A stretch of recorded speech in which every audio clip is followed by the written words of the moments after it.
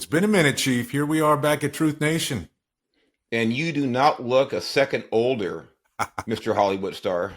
I feel a little bit older. That's a story for a different time. But yeah, it's been a long time since I've been on here, and I have had some people reach out to me. So we're going to have a pretty interesting discussion today on, I guess, what I would just call police auditing. There's a couple stories that have come to light over the past 4 or 5 months, and I know this is something our producers have wanted us to do Mhm. for a while, and it just seemed like a good time with everything going on. But before we do that, my absence, Mark. I know you've been talking about a lot of interesting things on your Leo Nation, so you can never, you don't have to ever be without the chief. I come and go, but the chief is always there. Go over to your Leo Nation, check it out on YouTube. He's done some real interesting stuff on what's going on with immigration. Um, what else, Chief? It's been so much lately, I think. Well, talking about immigration, of course, which is a big deal. It affects everybody in the country. But we've really talked about.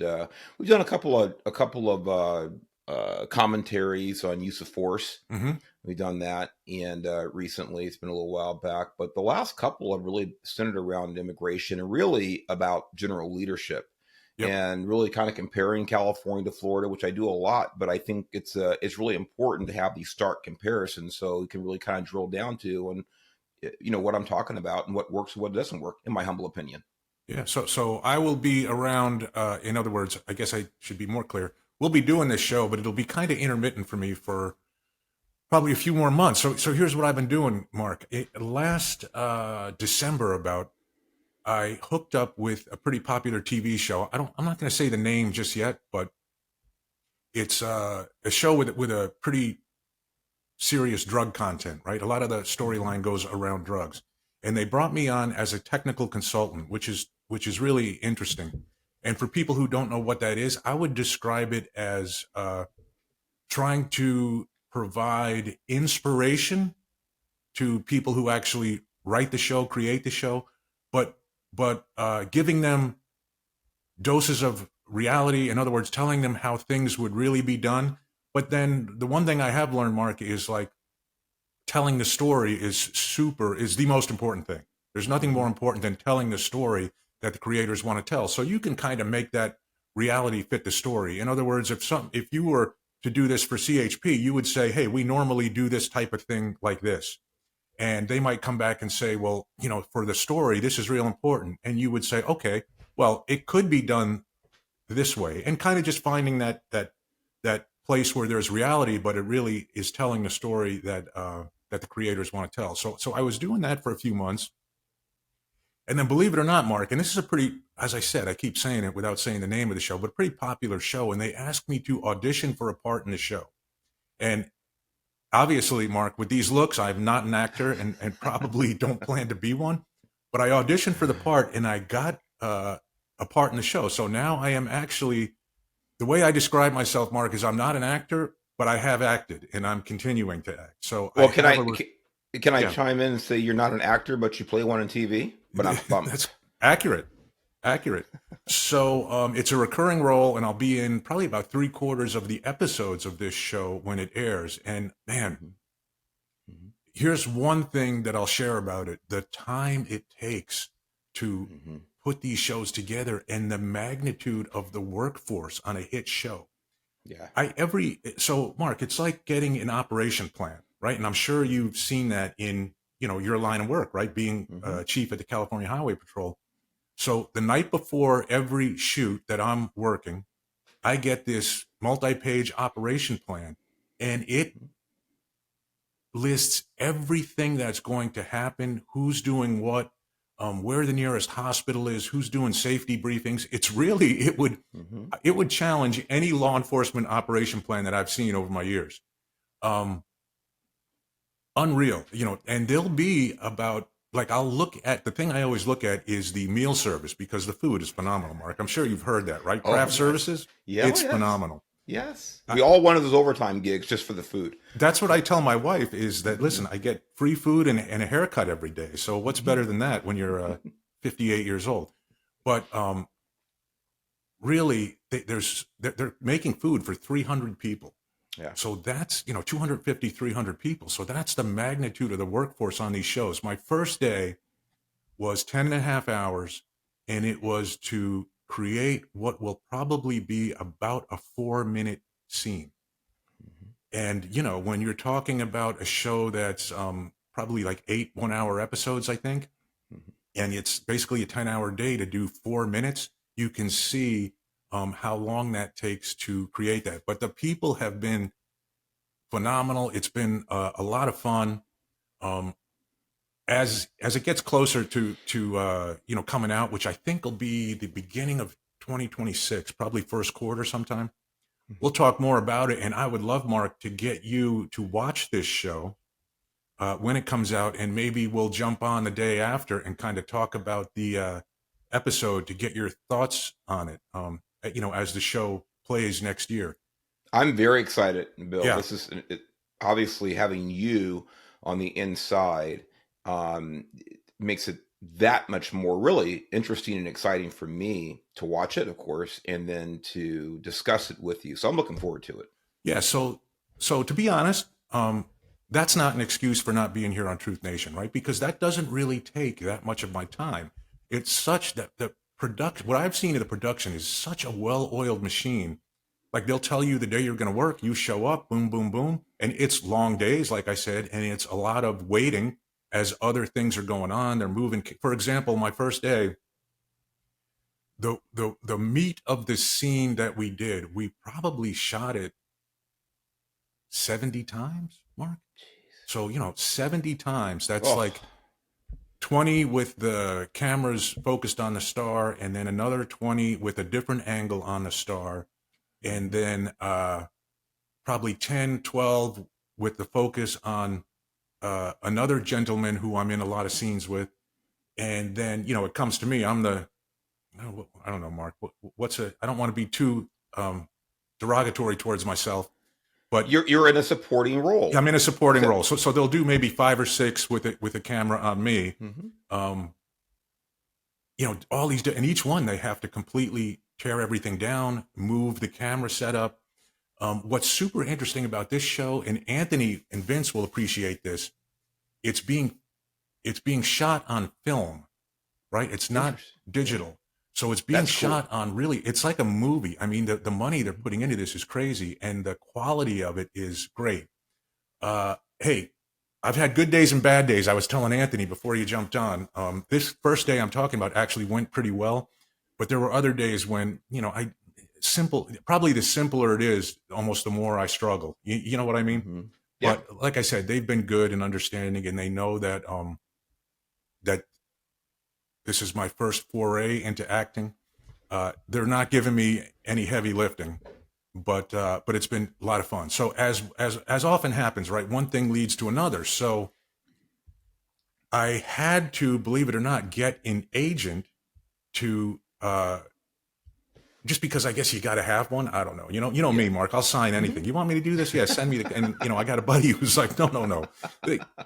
Don't do that. Let me try to hook you up with someone. So they hook me up with someone. One thing leads to another, and I'm a huge fan of documentaries, right? Mhm. As am I. So I got something going now where I've actually got a production company aside from this on board to do a docu-series on some drug stuff.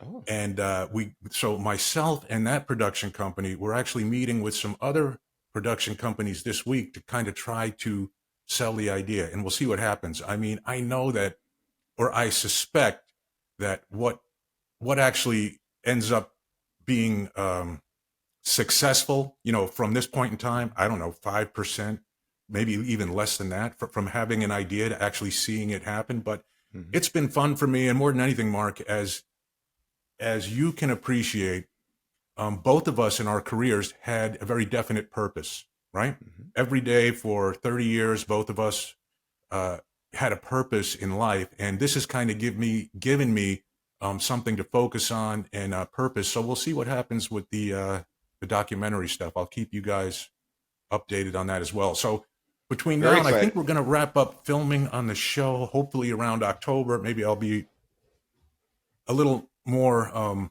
be able to invest a little more of my bandwidth in and doing fun things like this, talking with you about issues going on in the world, right?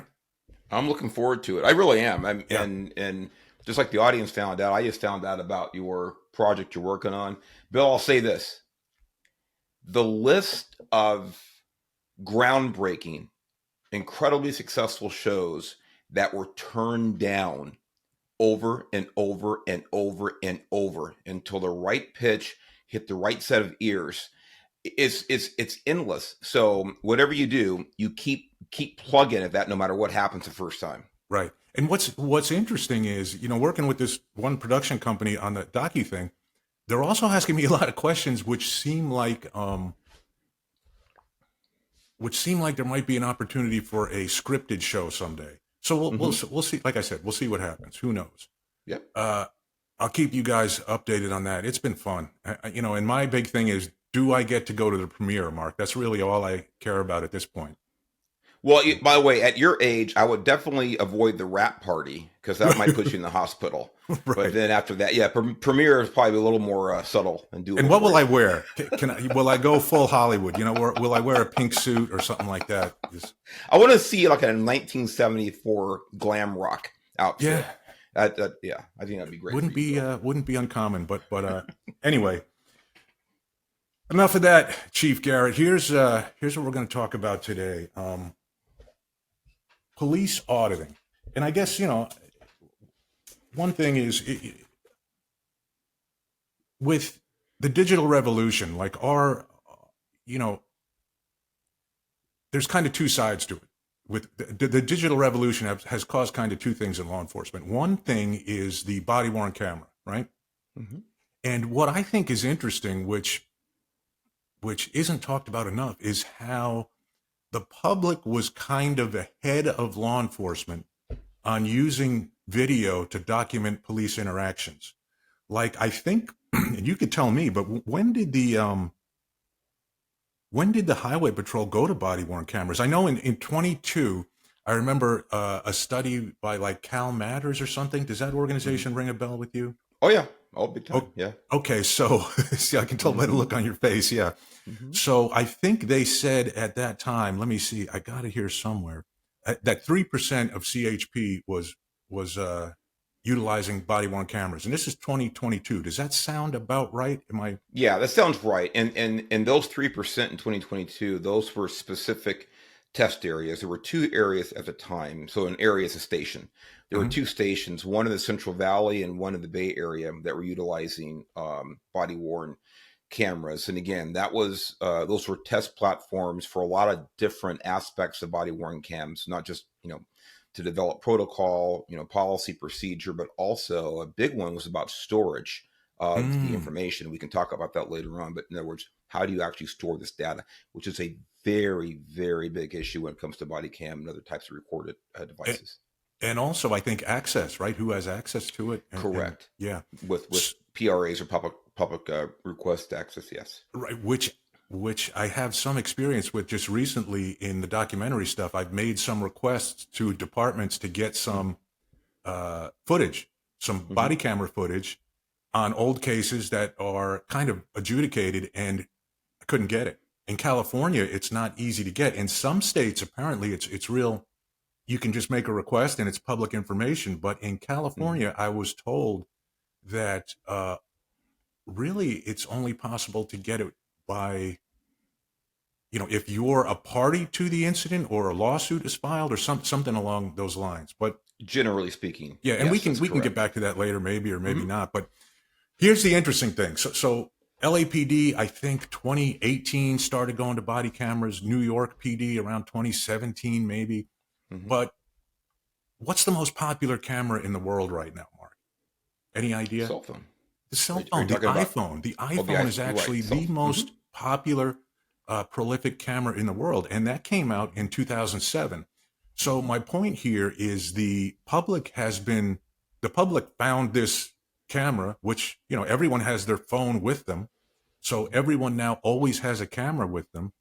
And they probably started documenting police interactions before the police even did.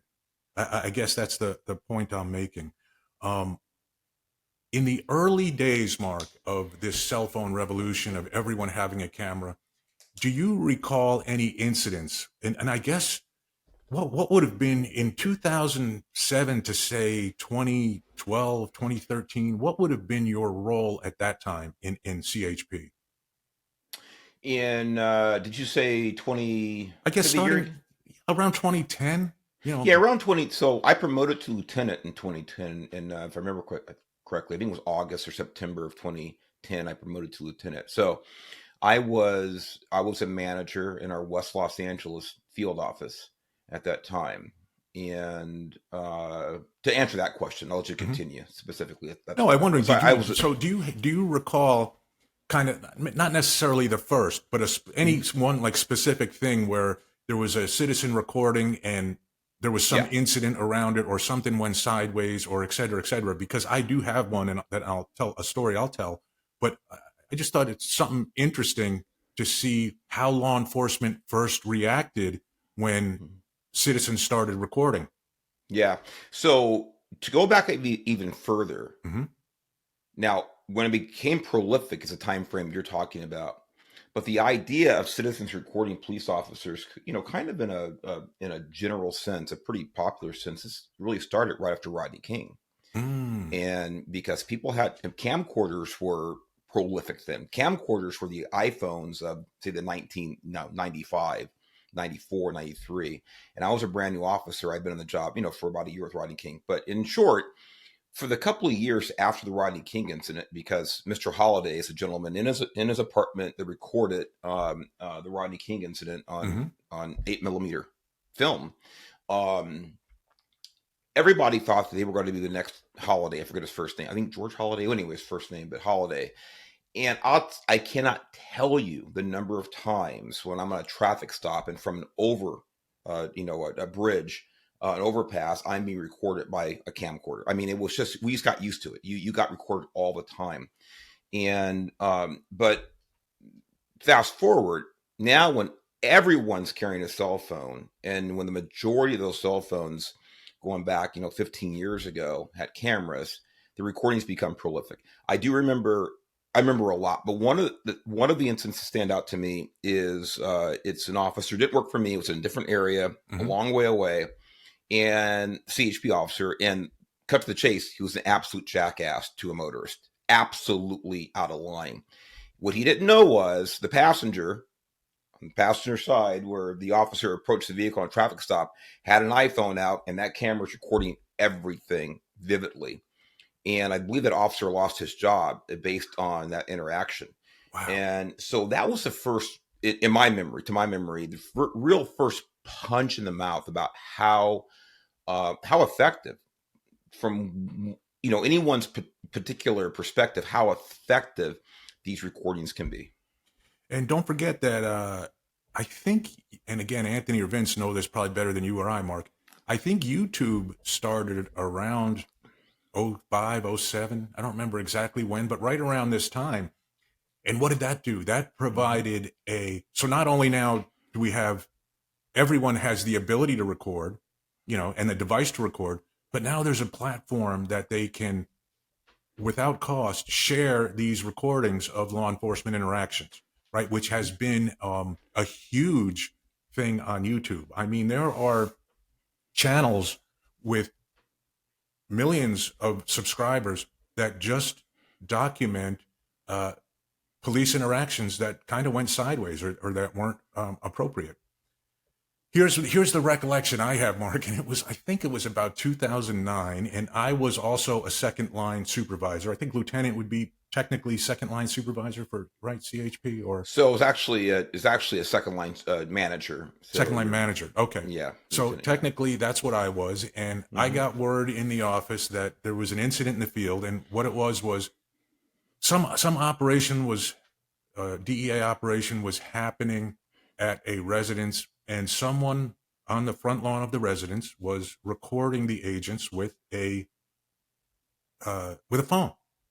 And the agent said he didn't want to be recorded, and he physically took the phone from the person.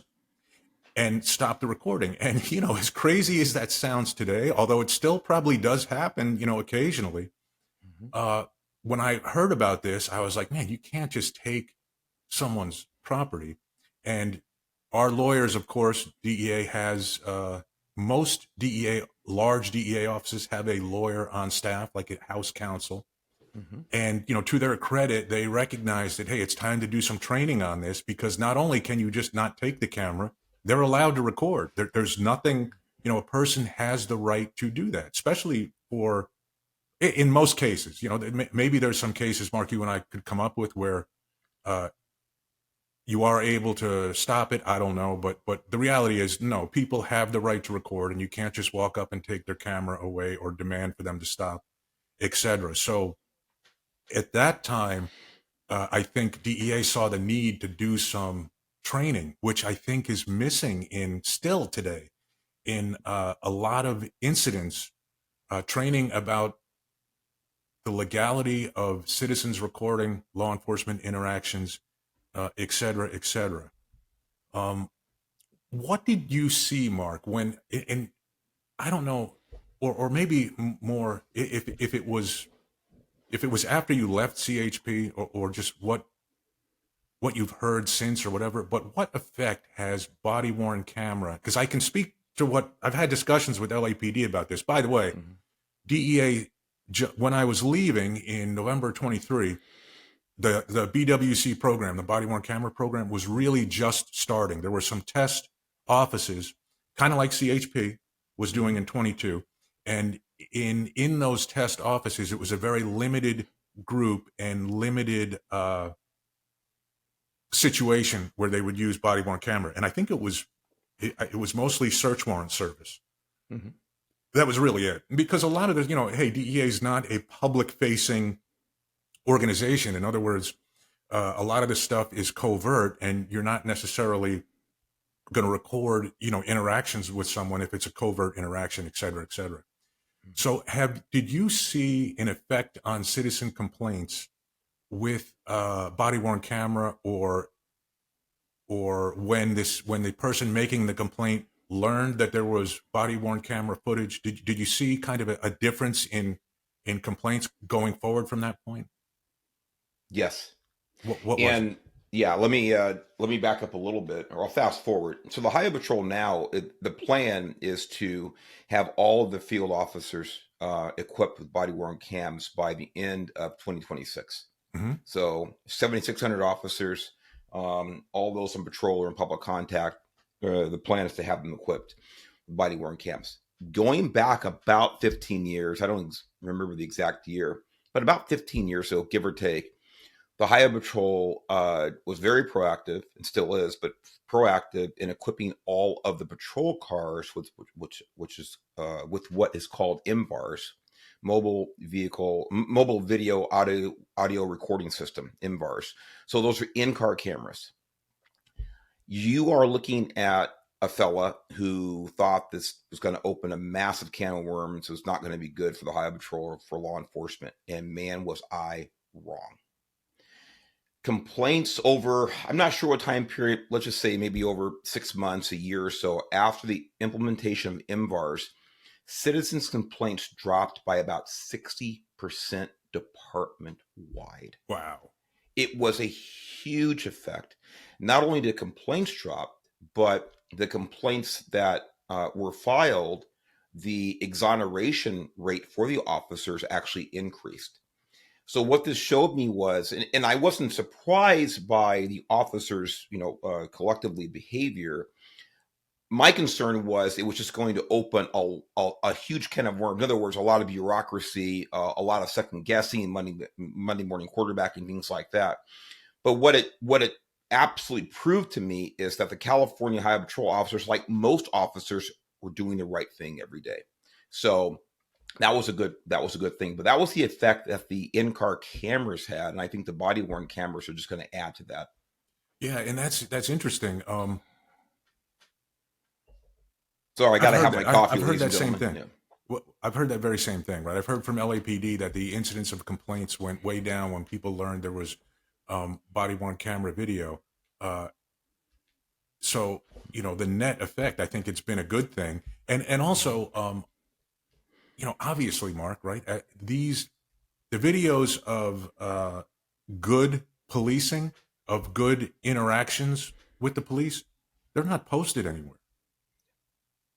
We don't see They that. are just not anywhere near to the level that the negative ones are. Okay, so I didn't. Yeah, I mean, I've seen a I couple see them. departments now with social media. They're posting stills and Hmm. such, but generally, you don't see a lot of. Now, you will see, hey, this police officer ran into a burning building to rescue Right. someone. We'll see those videos, and Hmm. or rescue someone from a car. Right, that's one that would be probably a little more fitting to CHP, whatever. But hey, it's the videos where things go sideways that probably get the most traction on social media, right? Which I brings us agree. to a couple of the cases or the incidents I want to talk about today, and probably it illustrates something that I think is really crucial in law enforcement right now. Is just the need for better training. A lot of the incidents that I see that go sideways, it's just better training uh, could probably alleviate a lot of the situations that we see. Hmm. Warren Sapp, uh, pretty pretty well known professional football player, Tampa Bay Buccaneers. I was a huge Buccaneer fan back in the day, and a huge Warren Sapp fan. He had a situation in Florida, where he lives, with the Okeechobee Sheriff's Department. And I think Anthony has the video queued up. We can just watch the first part of it. And Anthony, I don't have the timestamps for this one with me. If you need them, I'll pull them up. But can you play the first part of that, just which is just his interaction? And let me before you start it here. This so he was taking part in a charity event. I don't know if it was called Garden of Eden or something like that. I watched it too, and it was something Eden. I'll look it up while you're talking. So Okay, so go a ahead. charity event, and the event was a rally. So a lot of, I guess, what you would call exotic cars, high end cars, rallying through California, and I think the event was going to end or culminate at a racetrack. From what I remember, really not important. So at one point, one of or two of the vehicles involved were stopped for speeding, and somehow that interaction ended up at this gas station with several of the other cars involved getting gas. And go ahead and let it roll, Anthony. Now, this is body camera footage, and I'll probably ask you to stop a couple times, Anthony, just to talk about it. But let's let it roll. And this was back in 2024, so well over a year ago. Oh, well, just we didn't realize there was a speed limit with us because he wasn't fast over there.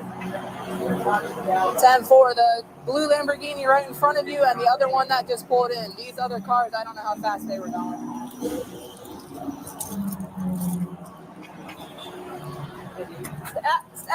Stay in the car. Stay in the car. No, no. 10 minutes has passed, and the crowd of 5 has now swelled to over 100 people. A civilian is about to approach the driver's side door of Deputy Kanarick, and this interaction will change both of their lives forever.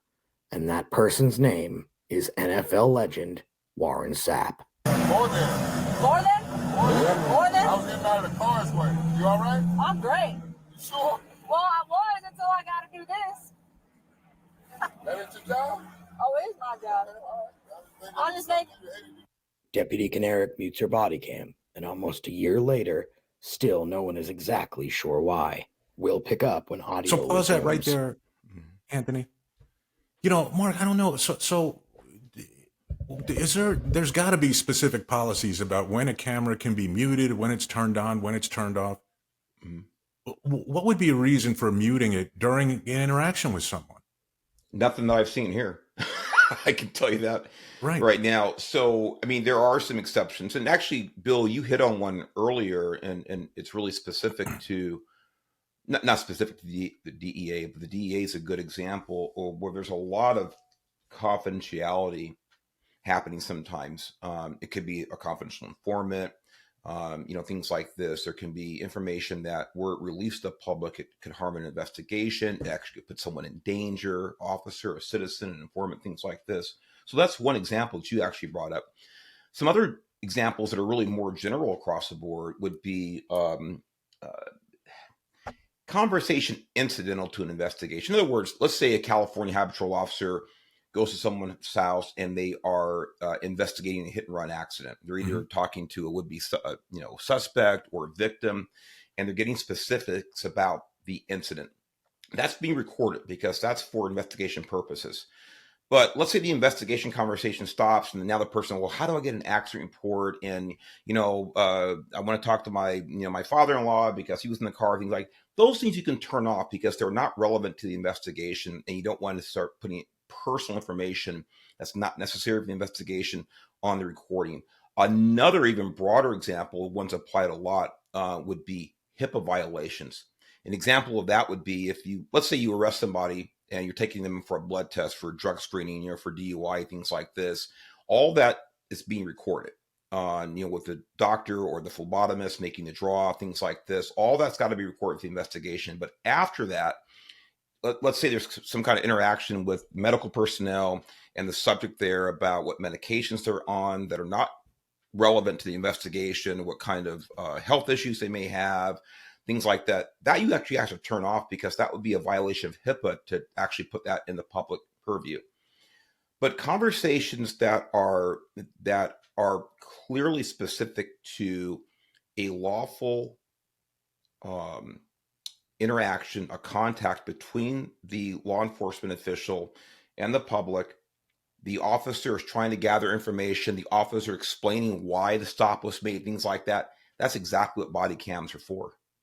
Interesting. And to note, well, two things. First off, we got this video from a YouTube channel called Accountability for All. So if anyone wants to see the original, we're just taking snippets of it. If anyone wants to see the whole video, you can find it at that YouTube channel, Accountability for All. The second thing to note is Sapp was not driving either of the cars that were alleged to have been speeding, right? And he was not a passenger in either of the cars that were alleged to have been speeding. He was in a different car and just got out of the car at this gas station. I don't know whether they were his vehicle, he was getting gas or whatever the case. It was kind of a meat spot.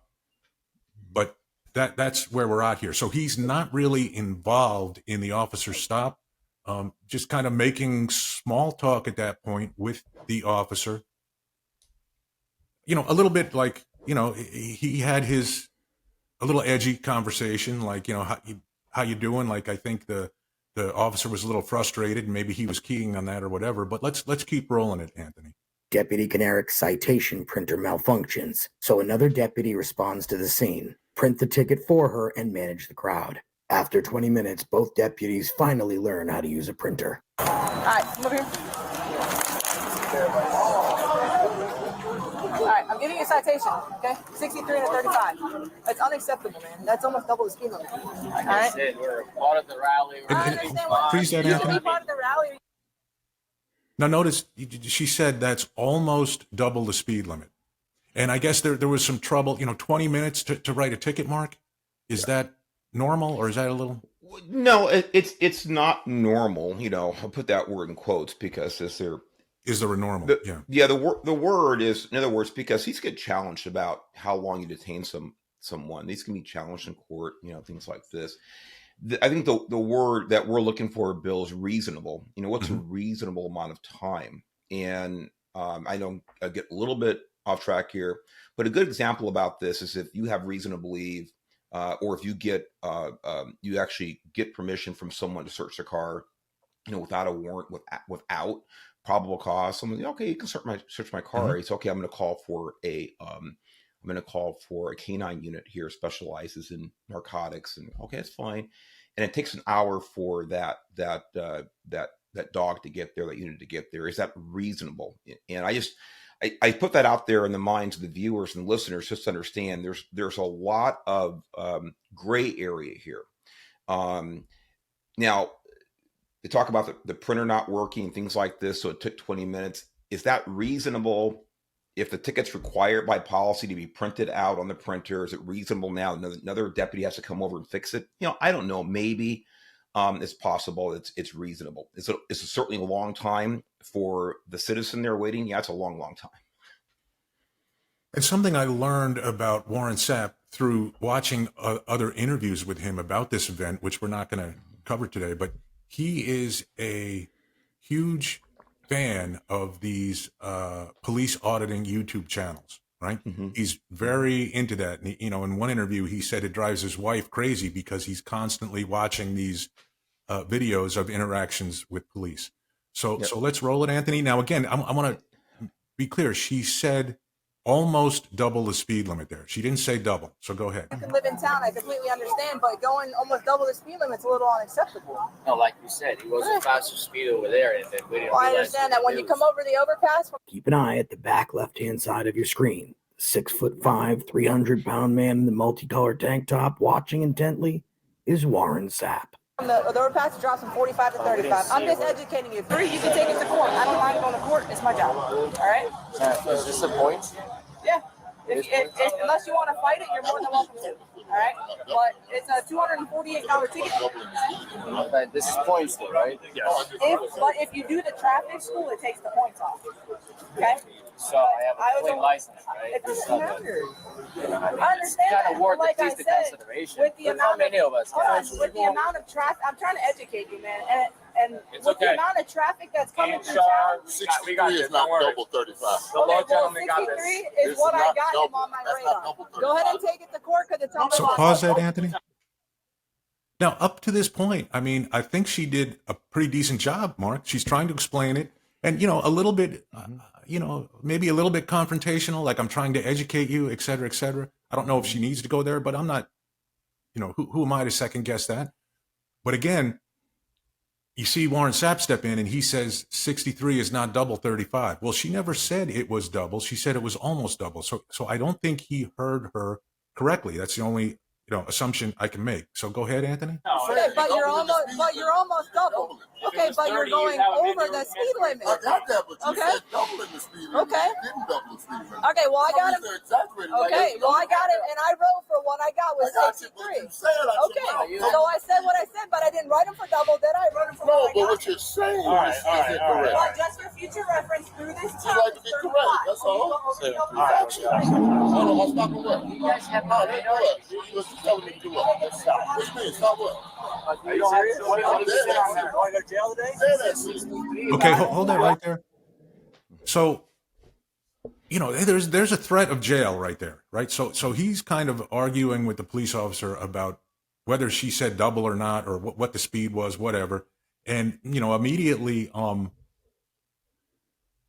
almost this officer, one of the first things he says is, would you like to go to jail today? So keep rolling it, Anthony. How you go to jail for obstruction? You get me?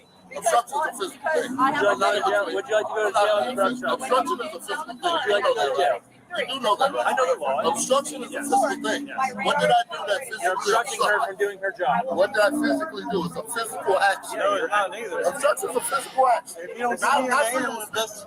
Not freedom of speech. That's constitutionally protected, right? Yeah, that's right. What's your name, guys? 588. If you don't remember your name during an investigation, that's obstruction. What's your name? What's your name and badge number? Coon Fair, 734. All right, 734. Yeah. The tape for what? I'll take that. The tape for what? Now Warren Sapp's being And told freeze that right there. That's kind of the end of that one, Anthony. So then he's getting handcuffs put on him. He's getting handcuffs put on him, and he's told he's detained. Mark, I'm not a lawyer. I don't know I don't know Florida law. I don't know if obstruction is a physical thing or in general terms, you could there's probably a difference between interfering and obstructing. Mm-hmm. But at what point, the driver of the car has the ticket in his hand. Mm-hmm.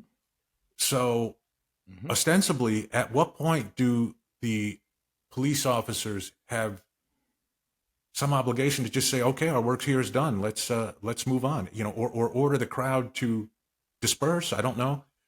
but putting him in handcuffs and detaining him and taking his camera from him at that point, what is that about? Ego. Yeah. Look, this is, you talked about Warren Sapp being a big fan of the constitutional rights videos, however you phrase it, but we're talking about here, police interactions. And clearly Warren Sapp is doing what he can to egg the officers on. First of all, and you alluded to this, Bill, that, I don't know what the law is in Florida here either, where I live, but I know it pretty well in California. My guess they're probably pretty, fairly similar. But you're right. Interfering to lane or obstructing in California is 148 PC is what it is. It's a very, very broad, law that an officer can use. Can someone delay you just by, screaming in your ear when you are conducting an enforcement contact without physically touching you? Absolutely. So it doesn't have to be physical. Again, as far as I know in California, my guess is it's the same as here. I'm not a lawyer either. But you make the absolutely valid, accurate point that for the most part, once the violator has signed that citation, they're free to go. Now, do they have questions for the officers? The officer probably should stay and answer, to a reasonable level, length of time. Yeah. Well, okay, do I have to go to court, or can I just mail this in? You can do this, you can do that, blah, blah, blah. But you're right. The enforcement contact is done. The person's free to leave.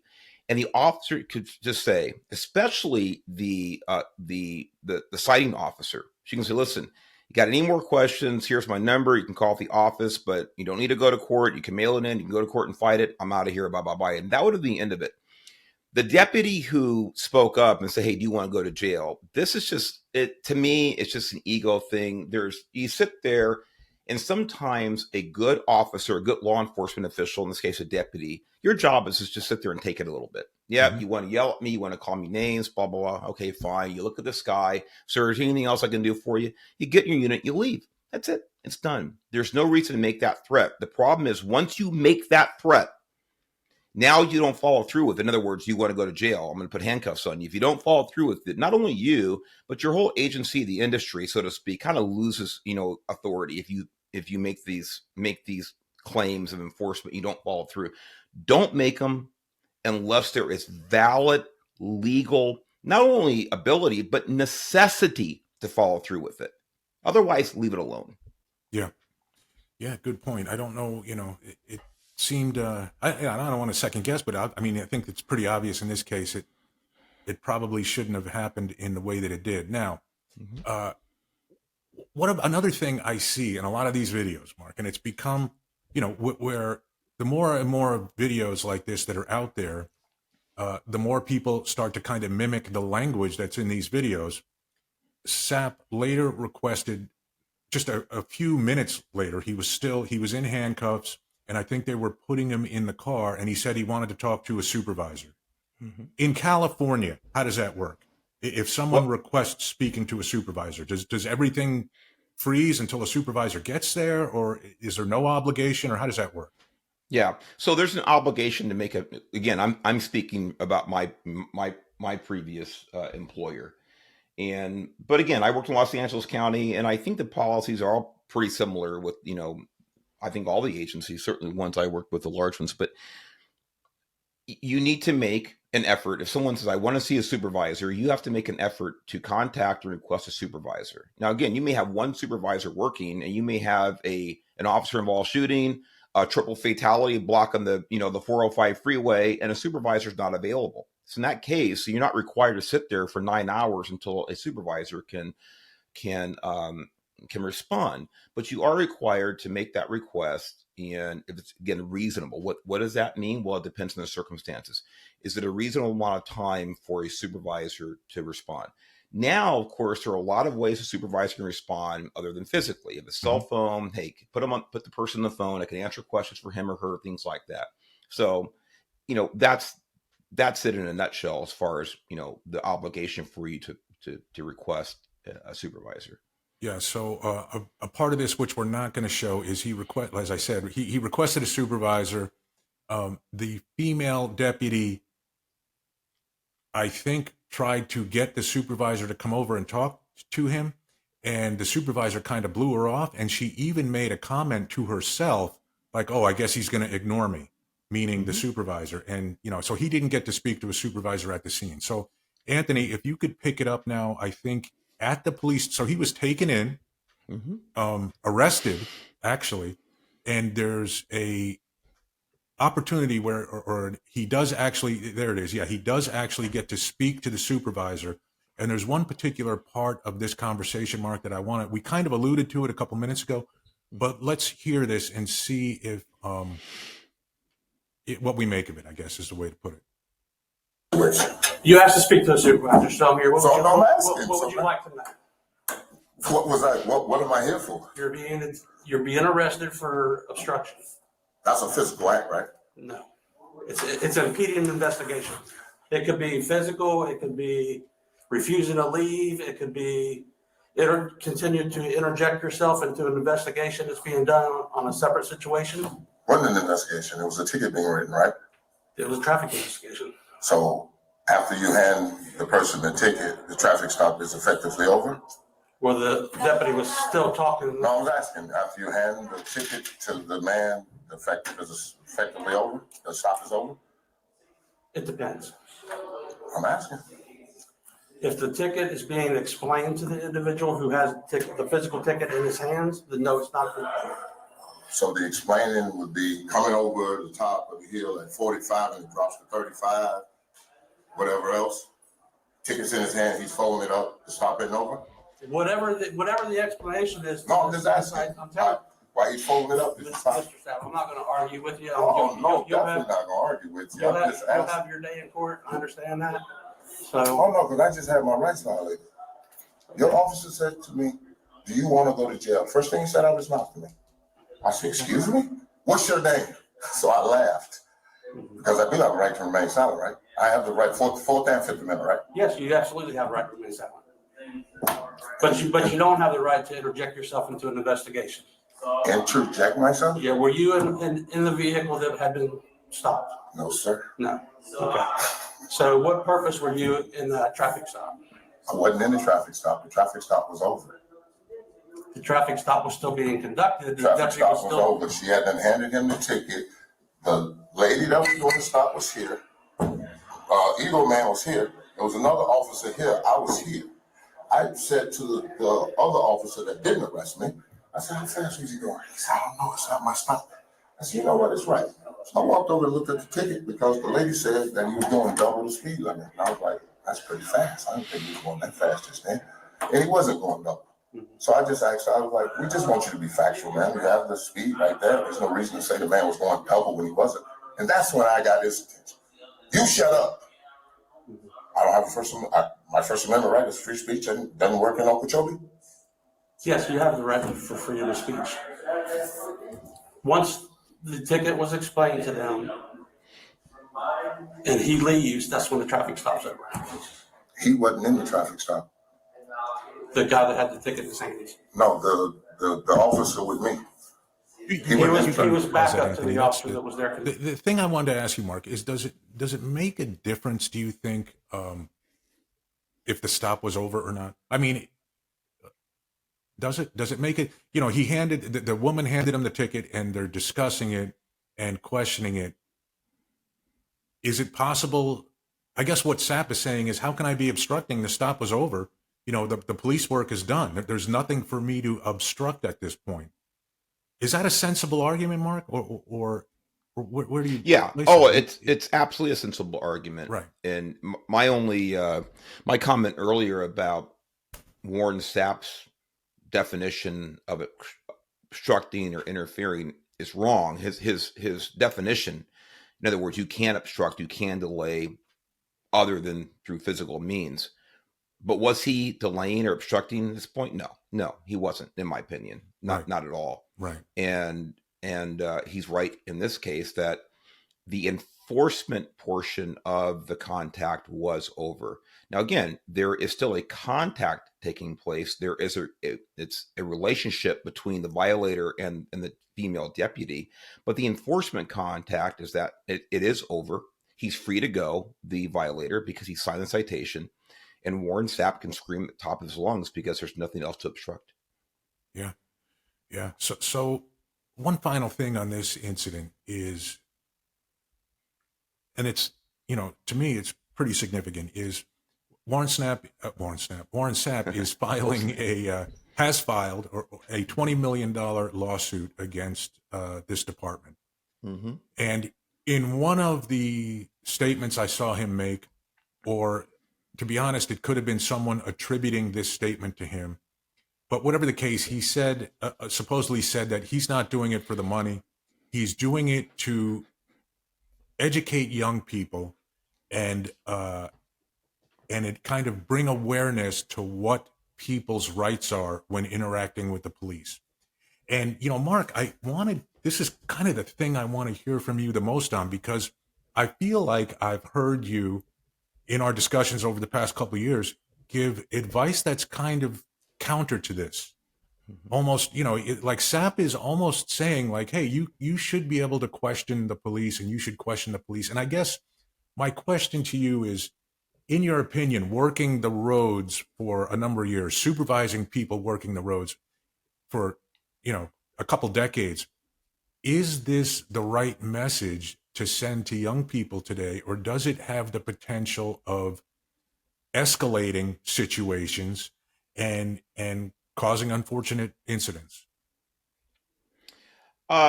Listen, I think that this particular example here, as much as I don't want to say it, just emotionally, I try to be objective, Bill. Mm-hmm. I don't see a lot of harm coming out of this because he did not use any physical force. He didn't make contact with the officers. He didn't, really kind of violate their space and things like that. I don't think is an example of civility, a good example of civility, for young people. I don't think it's a good example of about how to interact with law enforcement. In other words, in this particular case, if the officer otherwise is not violating anybody's rights, is not being aggressive, over aggressive, whatever you want to say about that, let the officer deal with the violator and let this come to an end in a normal fashion. There's no reason to interject yourself. Like you and I said earlier, you're not a lawyer, I'm not a lawyer, and neither is Warren Sapp. So shut the you-know-what up and just sit there. You can be a good witness. You can take some notes, things like that, and you can be a witness in court, whatever you want to be. But just be quiet and let the officer do his or her job. The second part about this, talk about examples and talk about honesty, is the $20 million lawsuit. And he says he's just doing this as an example for young people, blah, blah, blah, blah. I don't believe him for a minute. First of all, well, I won't get into his finances. We'll just deal specifically with what we see on the tape here and what he claims. I looked at his lawsuit a couple of days ago, and I think there's money, there's millions in there being asked for, now lack of future earnings that the department owes him, bodily injury and things like this, $5 million here, $6 million there, blah, blah, blah, whatever, to add up to $20 million. So I'm thinking, you've got to be out of your mind. The second thing is here, when you ask for $20 million, just listen, people are shot by law enforcement officers. By the way, this is very, very rare. They're killed by law enforcement officers under circumstances that are clearly negligent on the officer's part, and they don't get $20 million from, they'll sell court for whatever, or they do get $20 million. But those are the types of instances we're talking about when you are referencing these types of numbers as far as money. Being handcuffed and then having the charges dropped. By the way, the charges were dropped by the prosecutor. Good point. Getting $20 million for being arrested, taken down to county jail, and then released and nothing happening to you. Look, it's never going to happen. And if this agency here writes any more than a $10,000 check to Warren Sapp, they're negligent here, as far as I'm concerned, and it only breeds more of these ridiculous lawsuits. Yeah, I think they made him an offer of $3,500, or there you go. Yeah, I wasn't sure. Insurance company or something like that made him an offer of $3,500. Hey, that's about right. Where I stand on this is he should not have been arrested. And just like you said, Chief, it was ego driven. This is training. This is simply a training matter where, man, you got to learn to, like you said, take it on the chin a little bit, Mark. And there's going to be people that don't like what you're doing. And there was a bit of escalation here with the threat of arrest, et cetera, et cetera. Yeah, you know, not a good interaction for law enforcement. Hopefully this department and the officers involved learn from it, and something like this doesn't happen. Obviously this one got a lot of attention because it was Warren Sapp, and the nature of it, I guess how maybe egregious it was to arrest someone for really being kind of 10 feet away and just questioning what was happening. But I do want to go over one further video, Mark, and this one is a little bit different in that it's a particular group that kind of, so this was a reactive situation. Got pulled over for speeding, and it just kind of developed. There's other, quote, police auditors out there who go looking to create interactions with police and really almost try to bait them to do something wrong, et cetera, et cetera. Let's watch this one, because something happens in this one that in my opinion, kind of crosses the line crosses the sensibility line. Now, purposely, Mark, you haven't seen this one, and I want to see what you think of this interaction. So let's go ahead and roll this one. And the first thing we're going to look at is, Anthony, if you could go to about the 45-second mark, and then we're going to play it till about 2:15. Okay? Down there on Arapahoe Road, it's 45, and you're going way fast. Okay. Do you know how fast you were going? I don't answer questions. You don't answer questions? No. Here's my registration, license, and I'm pulling up my insurance right now. Okay, perfect. 1 second. Well, I had to do 103 to catch up to you from Piccadilly and all the way up to Buckley's before I caught up to you. Did you clock me on radar? Or? No. Oh, so you didn't clock me? No. You just caught up to me? Mm-hmm. Okay, I understand. Visually, I estimated your speed around like 65. Okay. Colorado does allow its deputies to issue speeding tickets based on their personal observation alone. However, without the use of speed measurement devices and relying solely on the deputy's claim that he sped 2.5 times over the speed limit in the absence of an emergency to catch another driver, it would be very difficult for the officer to prove the violation in court. We'll touch on that more later, but for now, Deputy Hackler continues to ask questions and TRCU continues to refuse answering. Who's I don't answer questions. Okay. Is that without insurance good? Can you pull up again? After verifying the insurance, Hackler returns to his phone call, where his frustration with constitutional rights becomes apparent. So, I mean, nothing really crazy about that stop, right, Mark, so far? Well, I'll tell you right now, I made notes about what the officer said before you cut to the commentary there about officer stating he had to go, 103 miles an hour. Uh-huh. When he said he had to go 103 miles to catch up, that's a red flag for me right there. It's only a red flag, and not in the sense the officer felt he had to go 103 miles an hour. That's a judgment call based on the circumstances and the environment in which he's in. But when he said to catch up, well, it tells me nothing about how fast the violator is going at that point. And I've had to go 130 miles an hour to catch up to violators because they were doing 105. And I'm going to catch them before they get into the next country.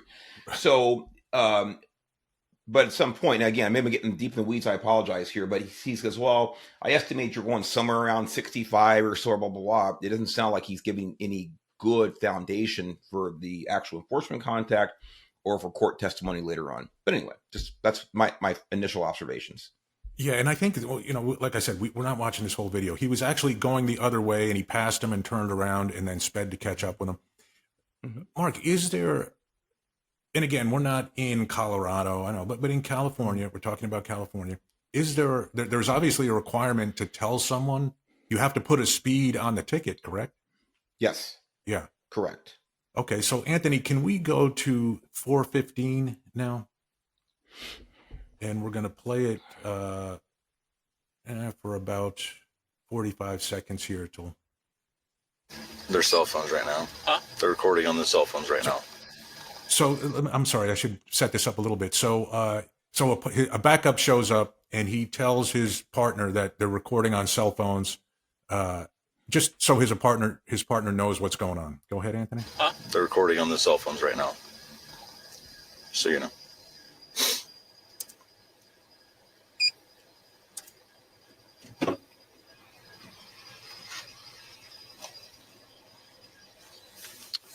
Which one, the driver? Huh? Which one's recording? The one in the passenger seat.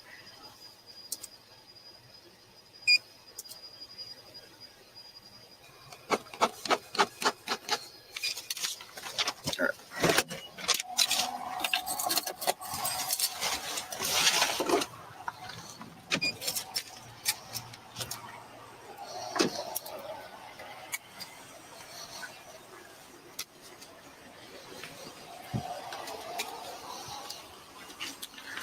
Here's documents back.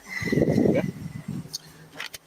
All right, like I said, I visually estimated you at 65 and a 45. Visually estimated me? Yeah, when I was going westbound, or eastbound, you were going westbound, you flew past me. And you didn't clock me with any sort of radar no, or any sort of it was visual, but you were definitely going When is too the last fast. time that your eyes have been calibrated? It doesn't matter about my eyes. TRCU displayed US v. Sowards on screen, and the text is correct.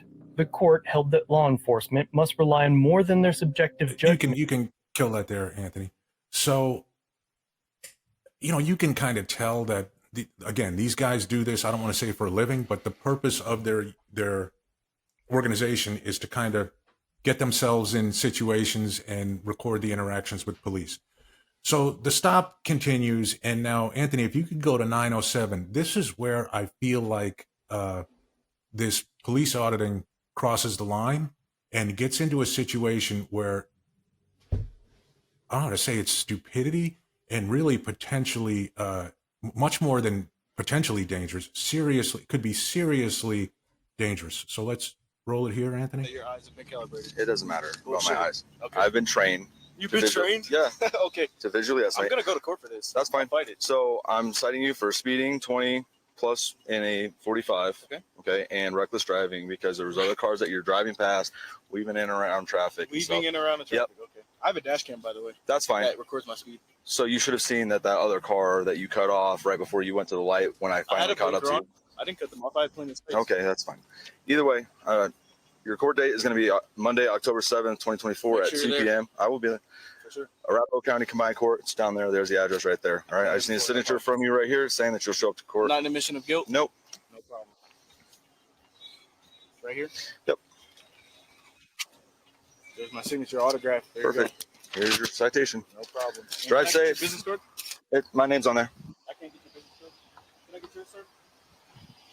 Drive safe. Business card? All my information is on my. Now freeze that right there. Mark, what does he have in his waistband in the front? I tell you right now, right when he stepped out, I'm thinking, from what I can tell here, now again, I'm 2,000 miles away from Colorado and a year later or whatever.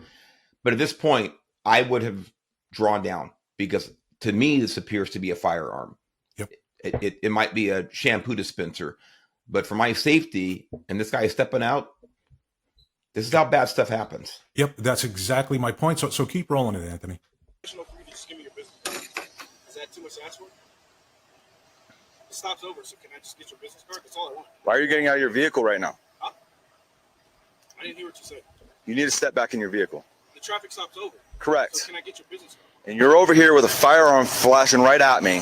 I'm open. Get back in. Is open carry legal? It's not. Get back in your car. Or else what? Have a good day. I need your business card. My information is on the citation that I gave you. Card. Because I'm going to request all this, the video evidence for your body cams, and I want to request all this information. Okay. You can get all that. My lawyer. I want your business card. Hey, there you go. I appreciate it. Thank you. I appreciate it. That's all you had to do. Can I get yours? Literally, all his badge. No, I understand that, but I like the business card just so I can give it to my lawyer. It's not the first time I've been to this. Don't be scared of firearms, bro. It's the Second Amendment. I'm not afraid of firearms. I see your memorial band. Yeah. Marine Corps. Marine Corps. Thank you for your service. That's all you had to do. Okay. Have a good day. Drive safe. Traffic stop's over. I'm free to go, right? Go. Yeah. Go. All right, so you can kill that, Anthony. So listen, Mark, I think obviously this is where something like this crosses the line. Why do this?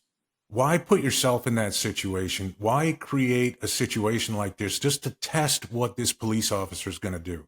I mean, this to me is asinine. Give me your thoughts on this. I don't know what more I can add to what you said. Bill, 100% right. Look, the fact that you can, I don't know what the open carry laws are in Colorado or wherever they else are, but there's no way on God's green earth I'm going to step out of a vehicle, even if I have the legal authority, the right to do so, with a firearm in plain view of a police officer who just stopped me. It's just not going to happen. I don't want to put certainly myself or the officer in a bad situation.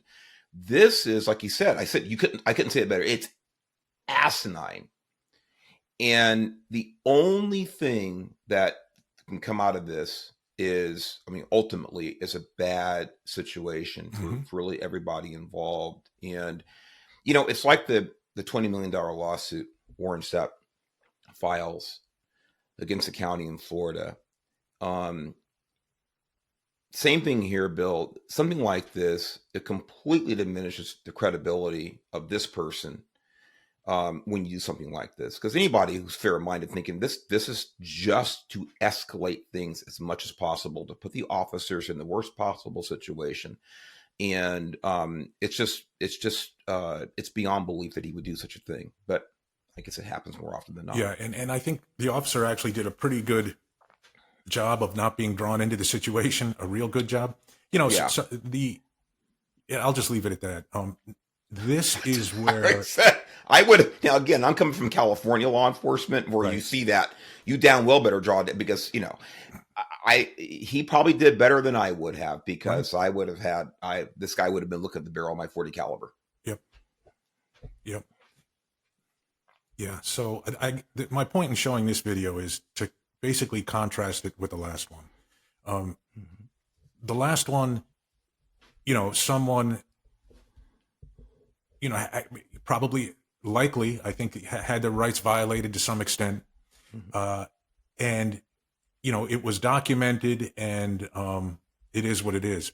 This one, obviously, people just trying to, I don't know, what's the word? Antagonize, Mark? Antagonize. Is it antagonize and create an adversarial situation where a police officer does something that they can then use in a lawsuit or something else? And this is where police auditing crosses the line, in my opinion.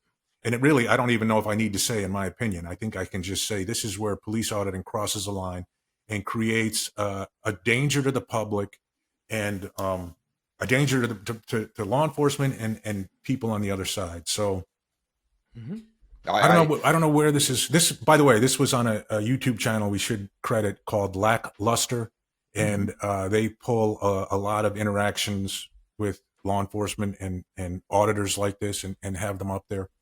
Interesting, Mark. And can you draw anything from this? The fact that you saw the little subtitle there that this ticket wasn't submitted to the courts. In other words, the driver was never held accountable for speeding or anything like that. Well, my only assumption is based on the Supreme Court ruling there in 2012 that the viewers can go back and look, that, and this has changed, by the way, that you have to have something else to substantiate your estimation of a vehicle's speed rather than just a visual estimation. It used to be different. If you had certain training, like in radar training, because during radar training, you actually have to be able to visualize within a certain percentage of the actual speed without the radar equipment to actually get your radar certification. So the courts accepted if you only had visual estimation, if you were one of those radar certified officers in California. So I'm assuming that's why there was probably something called a a dismissal in the interest of justice written from the department to the court saying, hey, we want to go ahead and get rid of this ticket because we don't think it was valid. That's my guess. I don't know what happened, but that would make sense because the officer right there on video just didn't do any type of a good job foundationally to explain how he came to the conclusion this guy was going 65 miles an hour. He didn't do a good job at all. So that's my guess there. I will say this too, as far as that open carry, whatever it is, I'm making the assumption, this is from an officer safety point of view, a little bit off point, but I can't help but think about these things. I'm only making the assumption that when he went back, he did a full search on this guy to make sure that he didn't have any warrants, things like this. And I don't know in Colorado if they give any kind of indication that he has the right to open carry, things like that, because obviously someone with a felony conviction could not be carrying that firearm. So from an officer safety point of view, I'm really hoping that when this knucklehead stepped out of his vehicle with that firearm, the officer did know he was authorized legally to have that in his waistband. That's a good point. And I don't know enough about open carry laws, Mark, because of course we don't have it here in California.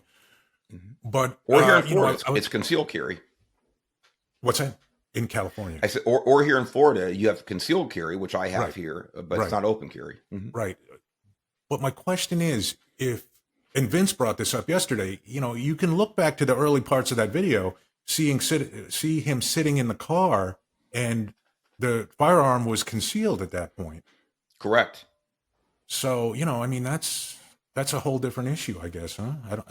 I don't know, just a weird situation, not a safe situation. And to say it again, that this is where police auditing crosses the line and really endangers all parties involved. Mark, I don't know where this is going in the future. Hopefully these videos or the continued auditing of police, hopefully it improves law enforcement. I mean, we both want that.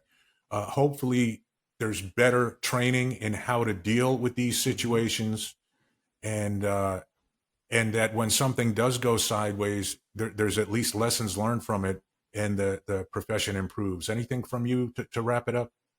I will say this, that with like I said, the platform of YouTube and other platforms, social media, the ability for millions and millions and millions and millions of people to publish their contacts with law enforcement every year, the fact that we so rarely see officers make substantially poor decisions indicates just how professional law enforcement is as a whole across this country.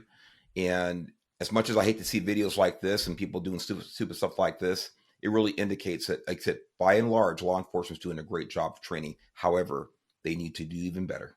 Yep, agreed. Listeners, viewers, where is the sweet spot for you between protecting rights and creating dangers or actually escalating situations? Let us know in the comment where that sweet spot is between documenting police interaction and instigating or aggravating or creating dangerous situations. Thanks, everyone, for viewing in. I don't know when I'll see you again, Mark. It'll be probably about a month, but we'll be back for sure, and I look forward to it.